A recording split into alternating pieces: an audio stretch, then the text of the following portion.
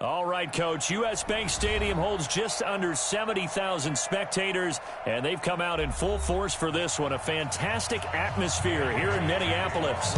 It can certainly get loud inside this building, and just a few moments ago when the Vikings were introduced, it was downright shaking in here.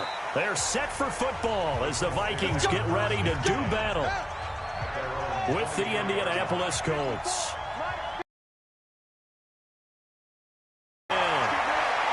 And incomplete there, almost picked off. That's one you maybe expect your roaming free safety to come up with. But it's second down. And that's one he's got to be happy to have back. There wasn't a hole open in the zone. You'd have to think on early downs like that first down there, need to be a little bit more careful. Yeah, fortunately for him, got a couple more downs to play with. Nyheim Hines, his first carry. And this may be a carbon copy as he'll again be stopped right at the line of scrimmage. But we just saw a great example of what we talked about with his coach prior to the game. He's definitely one of the better linebackers at reading a play and flowing to make the stop before it turns into something big. So now an early 3rd and 10 here on their opening drive. From the gun, here's Brissett. That's complete to the running back, Nyheim Hines. And they'll get it all the way up about 5 yards shy of midfield.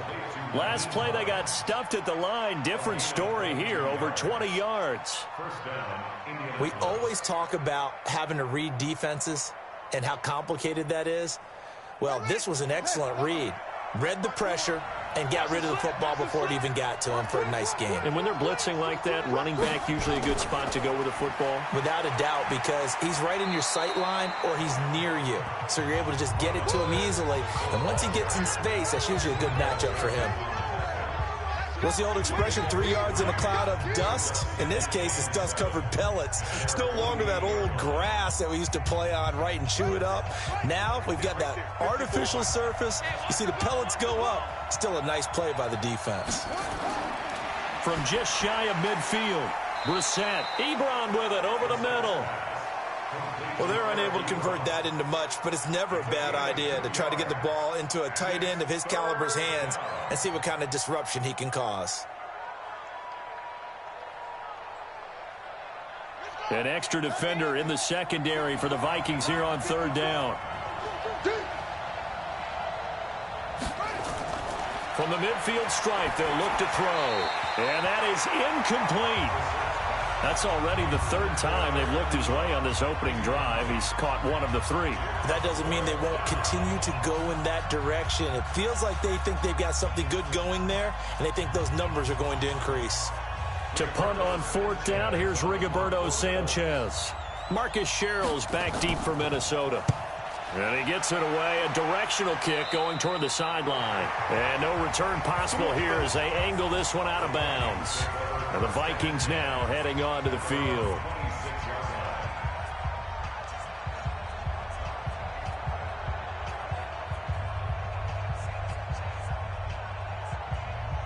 Cousins and the Vikings with a 1st and 10 at their own 26. Check 13. Check 13. The first carry now for Dalvin Cook. And he's taken down but able to slip across the 35. It's a gain of 11 as the Vikings pick up the 1st. And there we see an early burst that makes him one of the leading rushers in the league. Well, I want you to know, I listened to you yesterday when we were watching film. You said write down the word vision for him. It was on display there, wasn't it? It certainly was, because he allows the blocks to set up in front of him. And if that continues, it could be a long afternoon for those guys trying to play some defense. Now Cousins. And this one hauled in by Rudolph. And this will leave him a yard short. Nice pickup of 9 yards on 1st down. Nice rhythm throw there on 1st down. He located his tight end, made a nice easy pitch and catch. Hoping he can break a tackle or two. Wasn't able to do that there, but still good yardage. That last catch short of the marker by just a yard leaves him with a very manageable 2nd and 1. Cousins gives way to Cook. And he'll get it down to the 47 here. 6 yards the pickup, and that's a 1st down.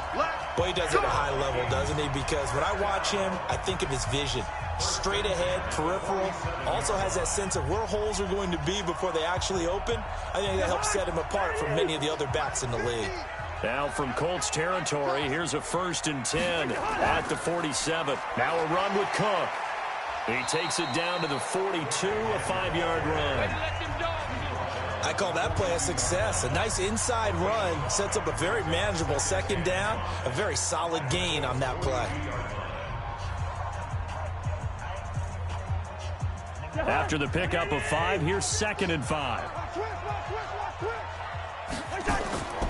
Give to Cook out of the gun. And very little there. He might have gotten a yard. Yeah, I think he got a yard to the 41.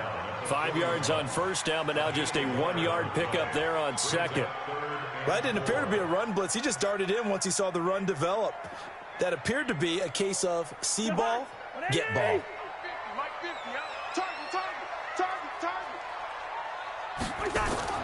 Cousins from the gun on 3rd. Open man is Thielen. It's complete.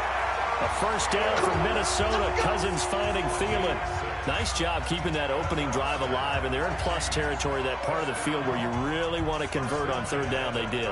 Big-time pickup for them, and now I think the aggressive play callers think to themselves, this part of the field, I take my shot at the end zone, because the closer you get to the end zone, the field gets condensed. Makes it a lot tougher to run those routes. You still got a chance to actually run past people right now. Take your shot at the end zone early in the down and distance count. And he's got this down almost to the 20 before he's dropped. He'll get 15 and a Vikings 1st down. Well, that play looks familiar in practice this week. And for a lineman, and ward him off.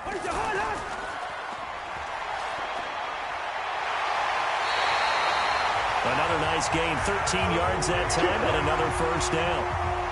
They're piecing together a nice drive to start this one. Seems pretty scripted and pretty successful so far.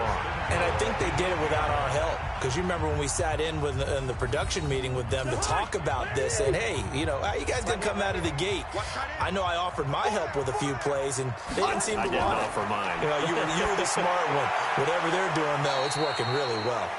And they'll be driven back here, losing yardage to the 10-yard line. Call it a loss of 2 on the play, and it'll be 2nd and goal. Got to give some credit there defensively. They snuffed out that screen early on 1st down. Really read it well, didn't they? Because they didn't bring the pressure that they expected. They covered all the passing lanes. So once you see it break down as the passer, I think in this situation, you're throwing it at the feet of your back to make sure no one picks it off, or you throw it away, throw it over the sideline. Don't try and freelance and try and make a bigger play. There's really no one else running a pattern that should be open. I don't think it's a surprise they're throwing the football early. We expected that. They told us they were going to come out firing, but 4 for 4 on the opening drive. They like that. They don't just like it. They love it, because now everyone gets locked in. Your confidence jumps up. Everyone's eating. And he'll get in. Touchdown, Minnesota. Dalvin Cook taking it in as his guys are able to strike first here in this opening quarter. An ideal start for them, really. You force the punt, and then you go down and score. And you've got to see a fist pump on the sideline from the head coach, don't you? Because he's turning to his bench, and he's telling his team, this is how we prepare. Force the punt, go downfield and score. I told you guys, it's just like a boxer in the gym preparing for the fight. Now we get to turn it all loose.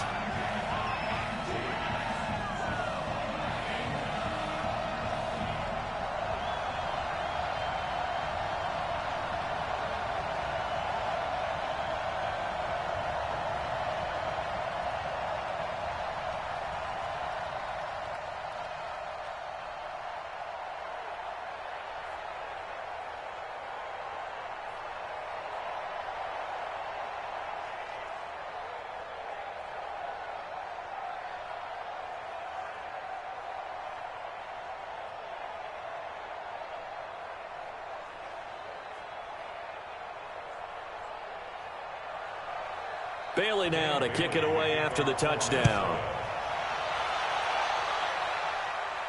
This is taken at the 3. And a nice return sets him up pretty good here at the 30-yard line. The Colts now, their offense works their way back onto the field and hoping to do better than they did their last possession when they punted the football. Appeal to the vanity of your offensive line. Tell them that they control your fate. leverage guys, win the line of scrimmage. If you do that, you start to win first down. You win second down. And guess what? You start accumulating first downs, and that's what they need in order to not punt the ball again. Here's a handoff to Hines to begin the drive. And he gets this to the 35. Good for a gain of 5. They'd love to just strike back with a touchdown right here. And if it's a long play, so be it. But the main goal, get a couple of first downs, run some plays, run some clock, allow their defense to get a chance to catch their breath, settle down, and relax a little bit after they just gave up a score. Draw play. This is Hines. And he'll be brought down right at the 45-yard line. 9 yards to pick up there, and it's a first down. Usually we see runs like this as the defense breaks down later in the game, but this guy is setting the tone early, running through all types of tackles and put the defense back on its heels. Watch the screen.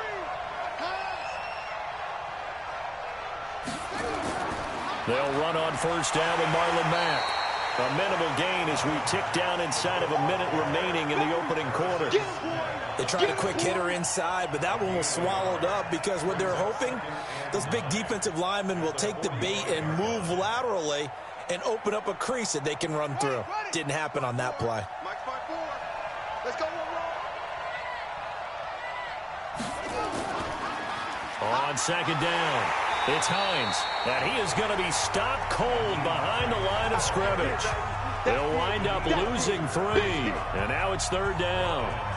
Plays like we just saw there, that's why they're up right now. And the defense, they're doing their job. Yeah, it starts with the guys up front. So when you talk with GMs who are putting together a team, a lot of them say we're going to build from the inside out, because if you control the line of scrimmage, you control the rest of the ball game, and that's what we're seeing here. They're actually playing in the offense's backfield, not necessarily just playing under pressure, and he'll go down. They'll sack him on what ought to be the final play of this first quarter. Everson Griffin with a big-time sack on third down. It's a loss of 7. After 1, 7-0 on EA Sports.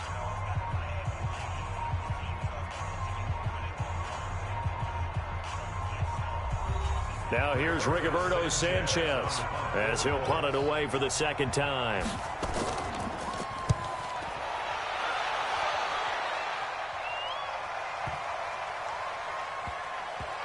Oh, and what a play on special teams here. This is going to be down inside the 5, all the way down at the 2-yard line. And he's got to be fired up about that effort. I don't think he could have walked down and placed it any better than where he ended up putting the football. That was excellent.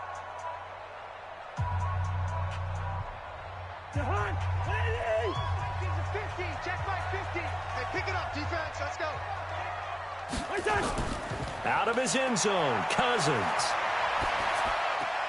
This to C.J. Ham, the fullback. And this one will be taken up. They'll spot it right at the 7. 4 yards on the pickup, and it'll be second down. Now, that's often a surprise for the defensive guys when they see the big fella slide out of the backfield and catch the ball. Not something they usually go over in practice very often. 4 yards on that last completion, so that sets up 2nd and 6. To throw, Cousins. And this is going to wind up incomplete. The coverage there too strong on the deep ball, and now they face a third down. Had an open man that time, but ended up putting a little too much heat on it, don't you think, partner? Absolutely. Just needed a touch more air under it. Instead, he fired an absolute bullet. So after the second down incompletion, they'll come up now against a 3rd and 6. From the gun, here's Cousins. And he's able to find Diggs. And he will be very close to a first down, but I see the closed fist of the referee, and that means 4th down. I think that call was made not so much to try and get the first down, although they would have taken it if they could have gotten it. Fielded at the 33. That'll be put in the books as a 53-yard punt. And the Colts will go on offense here, 1st and 10.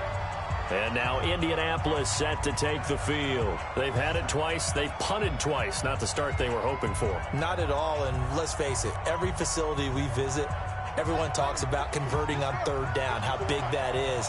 In this situation, they've had to punt it away twice, so they're furiously going over things on the sidelines. What do we need to do to pick up a first down and change our momentum? And the running lane's non-existent in this first half as they'll stop him behind the line. Another example right there how this defense really is winning the entire game at the point of attack. Yeah, right there at the line of scrimmage because they are dominating it. It allows their interior guys to get upfield and spill into the backfield. So how are you going to combat that? You know, because they bring in your tight end, keep him in. Your running backs, they have to step forward. Bottom line, your offensive line has to block them first to give yourself a chance. That's a big loss of 3, and it brings up third down. Some of these play calls, I think they're a little conservative, but you know me, because it's easy to sit up in this booth, right, and make all the calls and think I'm going to be correct. But I would like to see them open things up, because otherwise this defense is going to gang up on the run and shut them down. It's 3rd and long for Brissett. Got it complete to Rodgers. So instead of giving them another third down, they'll decline it, brings up 4. Now that's smart football right there. You don't even have to really spend a lot of time considering it. Just know that you're probably going to get the ball back. Good job declining that penalty. Now here's Rigoberto Sanchez as he's on to punt for Indianapolis. He's been a busy man here in this first half as he gets it away. And this one hits at the 1, continues on into the end zone for a touchback. Now the Vikings offense gets set to take over here. And on the last go-around, they really couldn't get anything going. They had to punt from deep inside their own territory, which means you're going to lose the field position battle as a general rule. What they're looking for now is a little more consistency, move the ball at least a few times on offense, get a couple of first downs, and hopefully flip the field. Yeah, just something to build off of. That's what they're looking for here. And he goes nowhere. He'll lose yardage back at the 17. Well, I know it goes against the instincts of the person catching the ball because all you're ever taught is catch the football, don't drop it. But drop it there. Yeah, in that situation, dropping it would have been better. End up losing yardage, even though they completed the pass. As good as a sack. Yeah, how about that? Although they won't get the same credit for it, and it won't help them at contract time. Gets it up around the 22, but no further. Did flash the fancy footwork, but not much to show for it. 4 yards on the pickup there, and now they're left with a 3rd and 8. Well, if you're a football guy, that's a pretty run because everyone is in sync right there. Obviously, the guy carrying the ball, but how about the people up front? Leverage, athleticism, they created some nice space for him. On 3rd down, Cousins. And this is going to be incomplete. Well, we're not playing 3 yards in the cloud of dust football anymore. I kind of get why those old school coaches sometimes didn't want to throw the football. Because if it's popped up in the air, it almost turns into slow motion, and both sides trying to get to the football, and you're holding your breath wondering whether it's going to go good or bad for your team. Colquitt on to kick as he sends it away. This is fielded at the 27. That's a 49-yard punt, 8 though on the return. And possession will switch hands, 1st and 10. Here comes the Indianapolis offense now as they get set to take over. The results for them so far not that great. Well, not good at all. 3 drives, 3 punts. Yeah, and now what you're doing is you're looking at your play sheet. You're trying to figure out what you're going against defensively. I wonder, are they showing them something they haven't seen or anticipated in practice, and maybe that's throwing them off? Or do they just have to go to a different play call? Nowhere to go here. He lost the football. On plays like this where the ball comes free, it's often unusual for the team that lost it to get it back because this is the quarterback. The ball gets away from him. Everyone else is trying to execute what they're supposed to do on offense. They're usually looking in the other direction, downfield, or have moved away from him. In this case, though, a teammate is able to come up with the ball. On 2nd and 9, Brissett. And his throw here's incomplete. He was trying to find Mo Alley-Cox, his tight end, and it'll bring up 3rd down. It's been my observation there's been a nice variety of play calling defensively. You and I often talk about an offense's ability to keep a defense off balance with what they're doing. I think the converse has been true in this game. I think you're right. They seem to have gone off tendency quite a bit, but only the 2nd quarter, a lot of time to change things. Brissett. Nowhere to escape, and he goes down. Danielle Hunter picks up his second sack of the afternoon. I'm starting to feel for that quarterback back there. I mean, you know me. Normally, don't have a lot of empathy for the QB, right? In this case, definitely. He's been on constant duress this entire game. I don't know how he's surviving back there. And to think, there's still a long way to go in this football game. On is the punt team now as this one's sent away. Sherrill's on the return. Give him 11 yards that time on the return. And the Vikings will take over here 1st and 10. The Vikings offense now heading out to take over. They've got the lead. Last time had to punt it, though. What's the key to this drive? I think it's leverage. The leverage. Big guys up front. You know the motivational speech on the sideline is, guys, give us an opportunity. Protect the passer, create space for our runners, and let's go ahead and get these guys. Low man wins. Let's go do it on this drive. We'll watch that leverage on this drive. He'll be dropped after a gain of about 6 across the 30 to the 31. So much goes into a successful play, doesn't it? How about that play action there? Freezing the defense just enough to bring the tight end free downfield for the completion. They'll come up now 2nd and 4 from the 31.